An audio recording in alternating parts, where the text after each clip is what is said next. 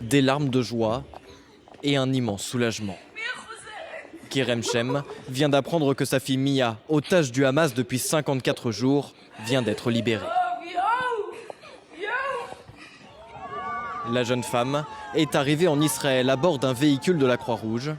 Selon nos informations, l'ex-otage de 21 ans est affaibli et amaigri, mais peut encore marcher. Il y a eu actuellement 2 otages libérés qui sont actuellement en territoire israélien et ils vont être transférés dans la base aérienne de Hatzerim et ensuite vers l'hôpital, un des hôpitaux près de Tel Aviv. Et d'autres devraient normalement être libérés tout à l'heure. Et nous attendons la libération de 8 autres otages aux mains du Hamas. Mia Shem participait au festival de musique le 7 octobre dans le kibboutz de Reim, lorsque des commandos du Hamas prennent d'assaut le site. 10 jours plus tard, il publie ces 2 vidéos. Dans la première, la jeune femme demande à être rendue à sa famille. Dans la deuxième, elle est allongée et soignée.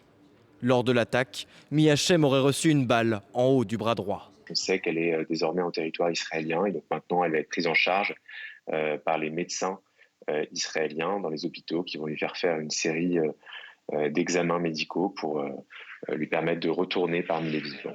Sur la plateforme X, Emmanuel Macron a exprimé une grande joie qu'il partage avec sa famille.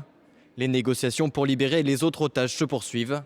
4 ressortissants français sont encore détenus par le Hamas ou portés disparus.